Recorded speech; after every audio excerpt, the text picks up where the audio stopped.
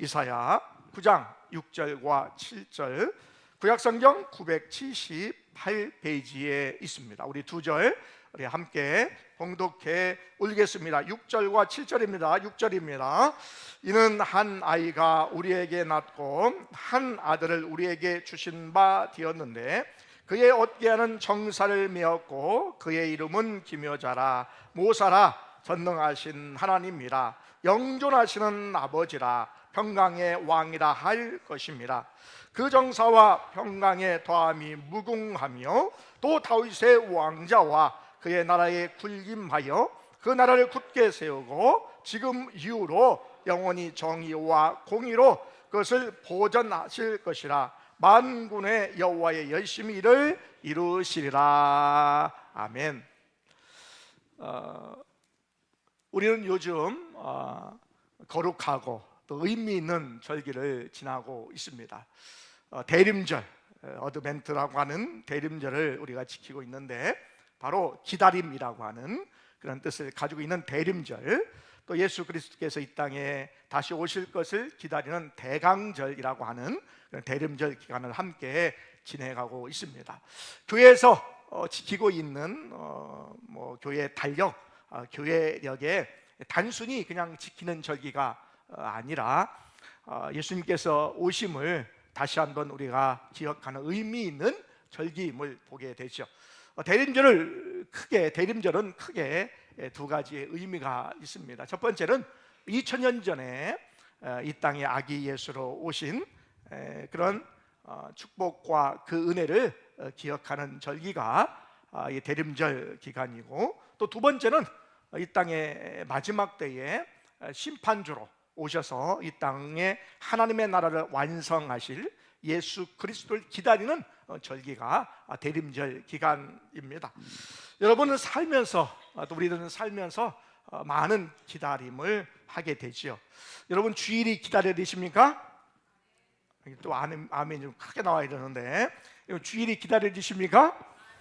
우리 믿음의 우리 성도들을 보고 싶어하는 마음이 많아서 기다려지는 줄 믿습니다. 우리가 기다림은 여러 가지가 있는데 우리 주일을 기다리고 또 믿음의 사람들 함께 보고 또 교제하기 위해서 우리가 함께 기다려지기도 하고요. 또 우리가 물건을 시키면 요새 얼마나 빨리 오는지, 아침에 시키면 저녁에 물건이 배달되는 경우도 있고, 또 도시 같은 경우에는 저녁에 시켰는데 새벽에 오전에 배달되는 아주 이게 로켓 배송이라고 하는 그러한 시스템을 통해서 금방 배송되기도 하고, 또 저녁에 8시 이전에만 주문하면 새벽에 3시, 4시에 음식을 받아볼 수 있고, 또 신선한 채소를 받아볼 수 있는 그런 시스템이 구축된 나라가 저희 나라이지요. 얼마나 배달 시스템이 잘 되어 있는지 모릅니다. 그래서 물건을 우리가 신청했는데 기다리는 사람이 있고, 또 저녁에 출출해가지고 치킨이나 피자를 시킨 사람이 있습니다. 제가 영상을 보니까 제가 했던 그 유머를 좀 사용하더라고요. 피자의 반대말이 뭐냐? 라고 얘기를 하니까 뭐라고 얘기했을까요? 네, 세 분만 대답을 했어요. 구기자가 피자의 반대말이다 라고 하는데, 금방 배달을 시키면 그 음식 배달하는 분들이 금방 오죠. 이제 그것을 우리가 기다리게 되죠. 학생들은 요즘에 방학에도 사실은 학원 다니고 하기 때문에 좀 그렇긴 하지만, 학생들은 학기가 이제 끝나는, 또 학기말이 끝나는 방학을 기다리고 있고요. 또 시험을 치른 사람들은 시험의 결과를 간절히 기다리고 있기도 하죠. 또 고난의 그런 길을 걸어가고 있는 사람은 이 고난의 끝이 언제 있는가, 고난의 끝을 기다리고 있는 사람이 있지요. 그런데 오늘 우리가 기다리는 이 기다림은요, 이런 어떤 면에서 인간적인 어떤 기다림이 아니라 전 우주적이고 가장 중요한 기다림이 있는데, 바로 전능하신 하나님을 기다리고 있다라는 것입니다. 오늘 한번 따라하실까요? 우리는 전능하신 하나님을 기다립니다. 우리 본문에 있는 말씀 우리 6절을 먼저 함께 읽도록 하겠습니다. 6절 시작. 이는 한 아기가 우리에게 낳고 한 아들을 우리에게 주신 바 되었는데 그의 얻게 하는 정사를 메었고 그의 이름은 기묘자라 모사라 전능하신 하나님이라 영존하시는 아버지라 평강의 왕이라 할 것입니다. 아멘. 오늘 이사야가 절망적인 나라의 그러한 형편 가운데 있었을 때에 바로 하나님께서 이 바벨론의 포로로 잡혀가기 수백 년 전에 바로 이 이사야를 통하여서 구원의 기쁜 소식을 전해주고 있다라는 것이죠. 그래서 메시아이신 예수, 우리는 알지만 그 당시엔 메시아로 인식하는 이 메시아가 이런 분이다, 이렇게 탄생할 것이다 라고 이렇게 예언을 하고 있다라는 것이지요. 그래서 기묘자라, 모사라, 또 우리가 전능하신 하나님이라 영존하시는 아버지라, 또한 평강의 왕이라 라고 했는데, 이건 우리가 생각하는 인간의 어떤 왕보다는 바로 하나님이라 라고 하는 것이죠. 메시아가 하나님이시다 라는 뜻을 가지고 있지요. 그래서 오늘 전능하신 하나님이라고 하는 것은 그분의 능력과 통치가 한이 없다라는 것을 우리에게 가르쳐 주고 있고, 바로 우리에게 오시는 분이 바로 메시아인데 그분이 바로 전능하신 하나님이다 라는 것을 우리에게 가르쳐 주고 있습니다. 여러분, 우리 마태복음 1장 23절을 함께 읽도록 하겠습니다. 23절입니다.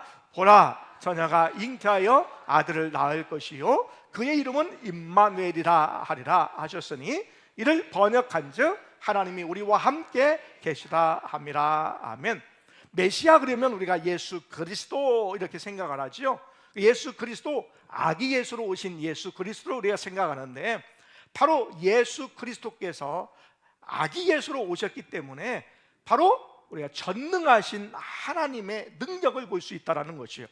만왕의 왕, 그리고 우리가 기대하는 왕의 통치, 권력, 권위를 가지고 이 땅에 온 것보다는 아기 예수로 우리가 볼 때 보잘것없는 아주 연약한 존재로 오셨을 때에 바로 그분을 통해서 구원의 역사를 이루셨기 때문에 바로 전능하신 하나님의 모습을 우리에게 보여주고 있다라는 것이지요.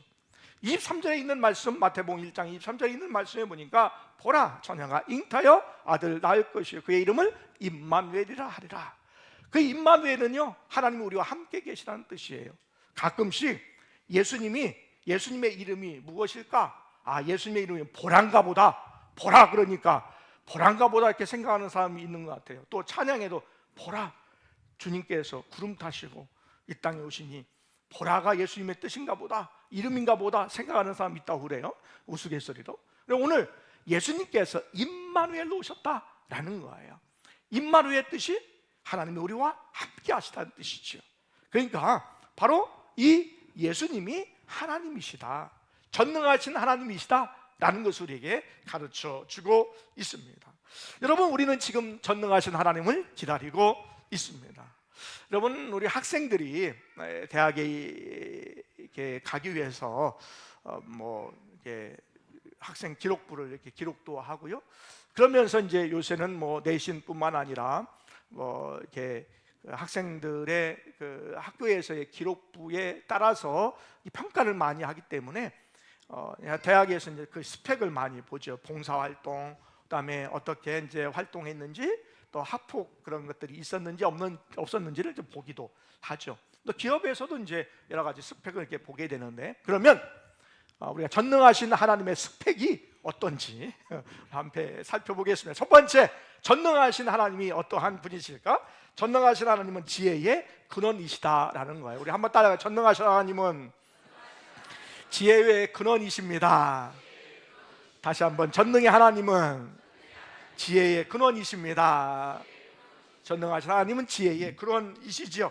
우리가 살펴본 대로 우리 이사야가 예언한 메시아는요, 기묘자라 모사라라는 것이죠. 이게 단순한 말로 상담자라는 뜻인데, 우리가 지난 주일날 말씀을 나누면서 함께 우리가 살펴보았듯이 그냥 우리의 어려움을 상담해 주는 정도의 상담자가 아니라 우리를 전부 다 이해를 하시고요, 우리의 해결 방법을 우리에게 가르쳐 주시고 그것을 직접 해결해 주실 수 있는 분이 기묘자 모사다라는 거예요.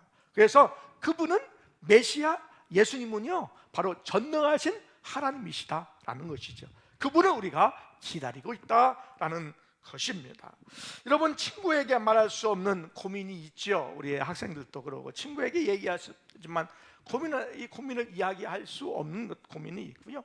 또 부모님에게 이야기하면 답이 정해져 있어요. 그래서 부모에게도 이야기할 수 없는 고민들이 있는 것을 알게 되죠.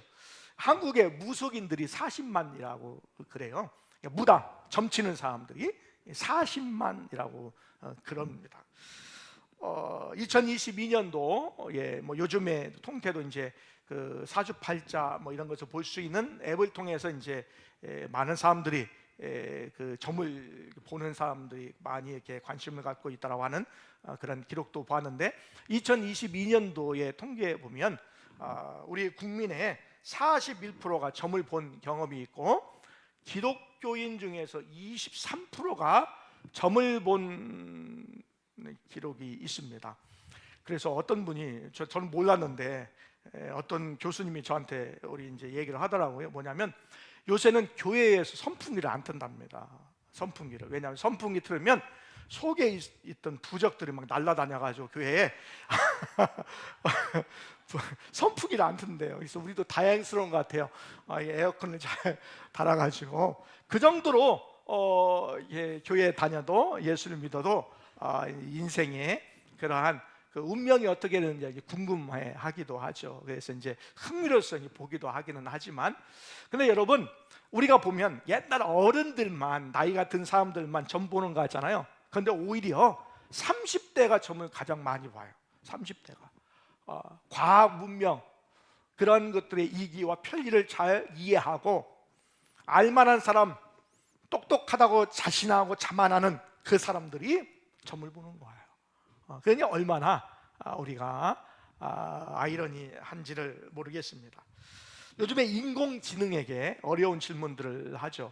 저도 이제 뭐 여러 가지 이제 논문을 쓰고 또한 논문에 있는 책들을 이제 요약을 한다든지 또 영어를 뭐 이렇게 번역을 하기도 하지만 또 이제 거기에 이제 힘을 빌어서 번역을 이렇게 시키기도 하죠. 또 그다음에 PPT를 만들 때도 이제 AI를 사용을 합니다. 그래서 챗GPT나 제미나이나 또 감마 AI나 뭐 한 6, 7가지 정도의 이제 AI들이 이렇게 있게 되는데 거기에 이제 묻기도 하죠. 근데 신통한 대답이 잘 나오지 않아요. 많은 정보가 있고 많은 그러한 정보를 통해서 추출하기도 하는데 제가 논문을 이제 쓰기 위해서 논문에 관련된 그런 책들을 다른 책들을 이제 추천해 달라고 그랬는데 제가 놀랐어요. 거짓말을 얼마나 많이 하는지. 자기가 만들어 가지고 이런 책들이 있다, 이런 교수가 이런 책을 썼다, 이런 사람이 이러한 책을 썼다라고 출판사와 페이지까지 얘기를 해줘요. 찾아봐요. 다 찾아보면 다 가짜예요. 전부 다 가짜는 아닌데 자기가 만들어서 제공하는 거예요. 그러니 이 인공지능의 AI에게 우리가 물어봐서 우리의 인생에 책임을 질 수 있겠느냐라는 거예요. 우리가 정보는 알 수 있고 또한 많은 정보를 통해서 우리가 알 수 있는 그런 지식의 양은 늘어갈 수 있지만 우리의 인생의 부분들, 영혼에 대한 부분들을 전적으로 우리가 책임지고 또한 해답을 받기는 어렵다라는 것이지요.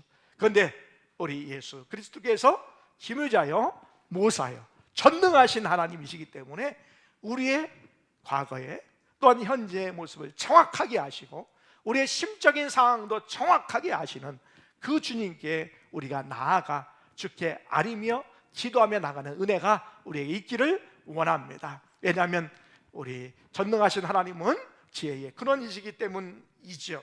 여러분, 우리 골로새서 2장 3절에 있는 말씀도 함께 읽겠습니다. 그 안에는 지혜와 지식의 모든 보화가 감추어져 있느니라. 아멘. 그러니까 지혜에 대해서 가르쳐 주시는 분이기도 하시지만 예수님은 지혜 자체이기도 하시다라는 거지요. 여러분, 은사 중에도요 지혜의 은사가 있고요 지식의 은사가 있어요. 저도 학생 때 막 바쁠 때에 막 공부에 막 시간이 쪼들릴 때는 그 기도를 했어요. 무슨 기도를 했냐면, 하나님, 저에게 지식의 은사를 주세요. 저에게 지혜의 은사를 주세요. 사역할 때는요, 지혜의 은사를 주세요 라고 그렇게 기도했는데, 제가 생각지도 못하는 생각들을 하게 해주시더라고요. 여러분, 하나님 앞에 여러분 기도할 때에 지혜의 근원이신, 또 지식의 근원이신 예수님께 우리의 모든 상태를 아리고 여러분의 지혜의 놀라운 은혜를 경험하는 그런 역사가 있기를 원합니다. 바로 전능하신 하나님은 지혜의 근원이시다라는 것이죠. 두 번째, 전능하신 하나님은 어떤 스펙을 가지고 계실까? 두 번째는 전능하신 하나님은 불가능을 가능하게 하시는 분이다 라는 것이죠. 우리 한번 읽어보겠습니다. 시작. 전능하신 하나님은 불가능을 가능케 하시는 분이다. 아멘. 전능하다는 올마이티라고 하는 영어인데, 모든 것을 다 하실 수 있는 분이다 라는 뜻을 가지고 있지요. 능력에 한계가 없다라는 것입니다. 여러분, 하나님을 어떻게 여러분은 알고 계십니까? 여러분은 하나님을 아는 만큼 여러분 하나님을 믿을 수가 있어요. 또 하나님의 능력을 체험할 수 있습니다. 하나님은 전능하신 분인데 바로 불가능을 가능케 하시는 하나님이십니다. 설마 가능할까? 그렇지 않아요. 하나님은 불가능을 가능하게 하시는 분이다 라는 것입니다. 우리의 인생을 우리가 놓고 볼 때에 가끔씩 우리의 인생이요, 길을 가다가 사거리를 만나면, 차를 몰고 길을 가다가 이 사거리에 멈춘 것 같은 그런 상황을 만나게 되죠. 우리가 핸들을 좀 조작하려고 해도 핸들이 말을 듣지 아니하고, 악셀을 밟아도 앞으로 나가고자 이렇게 하지만 나가지 못하는 그러한, 오고 가지도 못하는, 내가 어떻게 컨트롤할 수 없는, 내가 조작할 수 없는 상황을 만나게 되죠. 죄의 문제가 나를 그렇게 억누를 수 있습니다. 이 문제를 내가 해결할 수가 없는 것이에요. 나의 인생의 미래가 어떨까? 새카만 거예요. 앞이 캄캄한 거예요.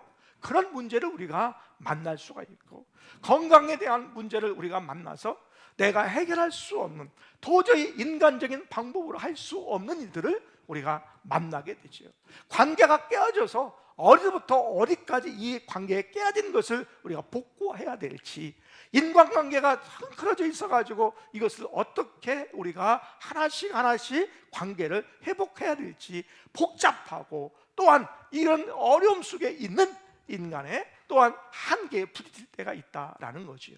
그것은 내 인간의 능력과 또한 나의 노력으로 그 어려운 상황을 내가 그것을 우리가 견뎌내거나 또한 그 부분을 벗어날 수 없는데, 이것을 벗어나게 하는 그런 능력이, 절대적인 능력이 필요하지요. 그래서 내카차가 와서 고장난 달을 끌고 가는 그런 것처럼 하나님께서 우리의 능력과 부족한 우리의 또한 실력을, 하나님의 전능하신 능력을 통하여 우리를 뽑아내서 그 상황을 벗어나게 하신다라는 것이에요. 그런 분이 전능하신 하나님이시고, 하나님은 불가능을 가능하게 하신다라는 것입니다. 우리가 믿는 하나님, 우리가 기다리는 하나님은 전능하신 하나님이신 줄 믿습니다. 세 번째, 우리가 기다리는 하나님은 전능하신 하나님이신데 샬롬으로 통치하시는 하나님이십니다. 우리 한번 읽어보겠습니다. 시작. 전능하신 하나님은 샬롬으로 통치하신다. 아멘. 전능하신 하나님은 우리를 샬롬으로 통치하는 것이요, 이 샬롬은 평강, 평화라는 뜻을 가지고 있는데, 이 말은 뭐냐면 온전함, 완벽한 하나님과의 관계에서 온전히 회복된 것을 샬롬, 평강, 평화 이렇게 얘기합니다. 그 전쟁이 없는 상태를 이야기하는 것이 아니에요. 전쟁이 없는 상태 가운데 평화가 아니라 원래 온전하고 원래 완전하고 하나님과의 관계가 온전히 회복된 상태, 그것이 샬롬이고 평화요 평강이다라는 것이지요.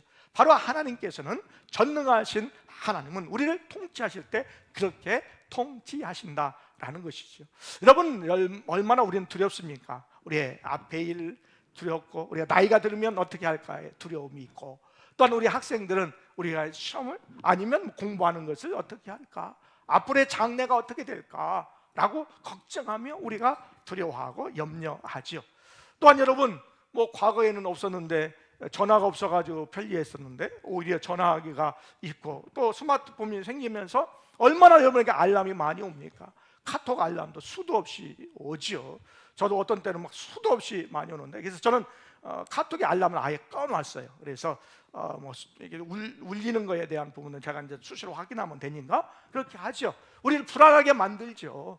전화 소리에 또 전화기에 메시지에 알람에 이런 어떤 그런 알람을 통하여서 우리가 두려워하고, 또 어떤 데는 재난 문자가 막 오기도 하지요. 어떤 분이 막 재난 문자를 동시에 딱 받았는데 어떤 분이 재난 문자가 자기한테 안 오더라고. 그래서 야, 나를 무시하는가 보다, 이렇게 생각하는 거예요. 그래서 혹시 재난 문자 거부를 설정한 것 같다고, 그래서 찾아봤더니 설정을 그렇게 해놓으셨더라고. 그래서 재난 문자를 받지 않게 했는데, 여튼 우리가 갑자기 뭐 여름에는 또 많이 오잖아요. 비 많이 온다 그러고 이렇게 하면서 우리를 두려워하게 만들고 염려하게 만드는 그런 문자가 많이 오는데, 주님께서 주시는 그러한 것은요, 우리에게 평안함이다, 샬롬이다 라는 거예요. 우리 예수 그리스도를 믿으며 우리 신앙생활 하면서 진정한 평안과 평강이 여러분에게 있기를 원합니다. 너무 두려워하지 마시고요, 주 예수 그리스도를 믿는 믿음으로 진정한 평안을 누리는 여러분 되시기를 바랍니다. 우리 로마서 5장 1절에 있는 말씀 함께 읽겠습니다. 그러므로 우리가 믿음으로 의롭다 하심을 받았으니 우리 주 예수 그리스도 말미암아 하나님과 화평을 누리자. 아멘. 우리 한 구절 더 살펴보겠습니다. 요한복음 14장 27절에 있는 말씀입니다. 평안을 너에게 끼치노니 곧 나의 평안을 너에게 주노라. 내가 너에게 주는 것은 세상이 주는 것과 같이 아니하니라. 너희는 마음에 근심하지도 말고 두려워하지도 말라. 아멘. 우리가 근심하거나 두려워하지 않아도요, 다 돼요. 걱정하지 말기를 바랍니다. 염려하지 말기를 바랍니다. 하나님께서 해결해 주실 줄 믿습니다. 이것이 전능하신 하나님을 믿는 거예요. 전능하신 하나님을 믿는 여러분 되시기를 바랍니다. 우리가 염려함으로 우리의 키가 한 자나 더 할 수 있겠습니까? 두려워하지 말고 맡기며 나아가기를 원합니다. 전능하신 하나님 우리에게 진정한 평강을 주십니다. 예수 그리스도를 통하여 우리가 막힌 담, 하나님과 우리 사이의 죄의 담이 허물어지고 그것을 통하여 진정한 하나님과의 만남이 이루어져서 하나님께서 우리가 진정한 평화를, 샬롬을 우리에게 주시는 줄 믿습니다. 그 샬롬과 평화 가운데 거하는 여러분 되시기를 원합니다. 여러분, 신앙생활 하면서 너무 두려워하지 말고 염려하지 말고요, 너무 걱정하지 말기를 바랍니다. 신앙은요, 즐거움과 기쁨이에요. 아무리 외부에서 나를 공격하고 또 어려움과 환난이 환경적으로 다가온다 할지라도, 상황을 나를 어렵게 만든다 할지라도, 내 속에서 자꾸만 나를 격동하게 만드는 일이 있다 할지라도, 예수 그리스도를 믿는 믿음으로 전능하신 하나님이 나와 함께 하심으로 진정한 평안과 평안을 누리며 나가는 여러분 되시기를 바랍니다. 여러분, 그러면 우리 전능하신 하나님이 이제 스펙을 우리가 살펴보았잖아요. 지혜의 근원이시고 불가능을 가능케 하시는 분이시잖아요. 그 전능하신 하나님을 그러면 우리가 어떻게 기다려야 될까? 그 기다림의 첫 번째, 우리는 깨끗하게 회개하며 준비해야 된다라는 것입니다. 한번 따라할 거예요. 깨끗하게 회개하며 기다려야 합니다. 우리가 기다림은 그냥 무턱대고 기다리는 것이 아니죠.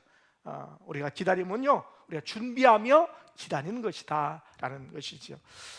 우리 공식적으로는 매년 우리 가정별 예배로 우리 가정별 신방을 하면서 제가 이제 가정에 방문을 하게 되는데, 어떤 분들 가끔씩 그래요. 목사님 오시는 그 신방 날짜 전날이 집에 대청소하는, 1년에 한 번 대청소하는 날이라고 얘기를 하는데요. 여러분, 우리가 손님을 맞이할 때에 그냥 맞이하지 않잖아요. 우리가 정리를 하잖아요. 가정을 정리하기도 하고 또 때로는 우리의 또 주변 환경을 잘 정리를 해서 손님을 맞이하죠. 여러분, 우리가 준비한 우리의 마음의 방에 예수님을 우리가 모셔야 되는 거지요. 우리가 기다리면서 그냥 기다리는 것이 아니라 우리가 주님을 맞이할 수 있는 방을 우리가 준비하는 건데, 우리가 깨끗하게 회개함으로 준비해야 된다라는 것이지요. 그것은 주님께서 우리의 마음에 들어와 계실 수 있는 방을 이야기하는 것이요. 예수 그리스도를 믿으면 우리에게 예수님이 계십니다. 다른 말로 예수님의 영, 그리스도의 영, 하나님의 영, 성령이 계셔요. 그런데 내 마음에 깨끗하지 아니하면, 죄가 가득해 있다면, 하나님을 기뻐하시지 않는 생각과 마음으로 가득 차다면 주님이 얼마나 거하시기에 힘드시겠어요? 얼마나 거북스럽겠습니까? 그러므로 우리가 주님을 준비하며 기다리면서 우리의 마음을 깨끗하게 회개하며 준비하는 여러분 되시기를 바랍니다. 요한일서 1장 9절에 있는 말씀 우리 함께 읽겠습니다. 만일 우리가 우리 죄를 자백하면 그는 미쁘시고 의로우사 우리 죄를 사하시며 우리를 모든 불의에서 깨끗하게 하실 것이요. 아멘. 여러분, 두려워서 기도를 못하는 사람이 있고요, 두려워서 회개를 못하는 사람이 있는데, 여러분, 하나님은요 우리가 죄가 있는 것을 아셔요. 우리의 연약한 것을 아셔요. 우리가 문제 있는 것을 아셔요. 그 문제와 연약한 것을 해결해 주시기 위해서 이 땅에 오신 줄 믿습니다. 그러므로 여러분, 우리가 걱정하지 말고요, 주 앞에 아리며 우리의 죄의 문제를 여러분 고하는 여러분 되시기를 바랍니다. 그러면 주께서 우리의 죄를 사하시고 우리가 하나님 앞에 나아갈 수 있는 길을 열어주시는 줄 믿습니다. 그래서 우리는 주님을 맞이하고 기다리면서 먼저 깨끗하게 회개하며 준비해야 된다라는 것이죠. 두 번째, 우리 전능하신 하나님을 기다리면서 우리 어떻게 기다려야 될까? 여호와의 열심을 소망하며 기다려야 된다라는 것이죠. 우리 한번 읽어보겠습니다. 시작. 여호와의 열심을 소망하며 기다려야 합니다. 다시 한번, 여호와의 열심을 소망하며 기다려야 합니다. 우리 본문에 있는 말씀, 우리 이사야 9장 7절에 있는 말씀 우리 함께 읽도록 하겠습니다. 그 정사와 평강의 더함이 무궁하며 또 다윗의 왕자와 그의 나라에 군림하여 그 나라를 굳게 세우고 지금 이후로 영원히 정의와 공의로 그것을 보존하실 것이라. 만군의 여호와의 열심히 이를 이루시리라. 아멘. 여러분, 우리가 구원 얻는 것은요 우리의 능력으로 되는 게 아니잖아요. 우리의 노력으로 되는 것이 아니잖아요. 여호와의 열심으로 가능한 줄 믿습니다. 그래서 우리의 소망은요 우리에게 있지 않아요. 여호와의 열심에 있는 것이죠. 우리는 약속을 그냥 밥 먹듯 깨치는 경우가 있잖아요. 어긋나게 하는 경우가 있잖아요. 근데 여호와의 약속은요 결코 변함이 없어요. 하나님의 약속은요 분명히 지키시고 이루시는 분이다라는 것이지요. 여러분, 여호와의 열심을 여러분 소망하며 예수님께서 이 땅에 전능하신 하나님을 오시는 것을 여러분 기념하고 기다리는 여러분 되시기를 바랍니다. 우리는 지금 단순히 성탄들을 기다리는 것이 아니죠. 성탄들을 기다리면서 우리 대림절, 대강절 기간 동안에 이 땅에 오신 예수 그리스도, 이 땅에 다시 오실 예수 그리스도를 준비하며 나가는 뜻깊은 그러한 절기를 우리가 지나가고 있는 것입니다. 우리는 상담자이신데 우리의 모든 것을 아실 뿐만 아니라 우리에게 해결 방법도 제시해 주시고 해결의 능력도 있으신 바로 전능하신 하나님께 우리가 우리의 문제를 가지고 나아가는 여러분 되시기를 바랍니다. 또 전능하신 하나님은 불가능을 가능하게 하시는 분이십니다. 우리가 불가능한 것, 우리가 생각할 때 도저히 안 되는 것, 이 모든 것들을 하나님께 가지고 여호와께 맡기며 나아가기를 원합니다. 전능하신 하나님은 우리를 샬롬으로 통치하시는 분이십니다. 하나님께서 예수 그리스도를 통하여 우리에게 주신 십자가의 구속의 은혜를 통하여 진정한 평화와 진정한 평강과 샬롬을 경험하며 나가는 여러분 되시기를 원합니다. 우리의 모든 문제를 안고 여호와께 나아가기를 원합니다. 불가능을 가능케 해주실 줄 믿습니다. 그리고 예수 그리스도를 통하여 우리에게 진정한 평화를 허락하여 주실 줄 믿습니다. 이 대림절 기간 동안에 예수 그리스도를 또 오신 것을 우리가 기념하고 오실 예수님을 우리가 소망하고 기다리면서 그분이 바로 메시아이시고 그분이 바로 예수님이신데 그분이 바로 전능하신 하나님이다 라고는 분명한 믿음을 갖고 여러분 일주일 동안 우리의 삶 가운데 승리하며 살아가는 귀한 시간들이 되시기를 원합니다. 이 시간 우리 찬양함으로 나아가기를 원합니다. 우리 함께 나아가겠습니다.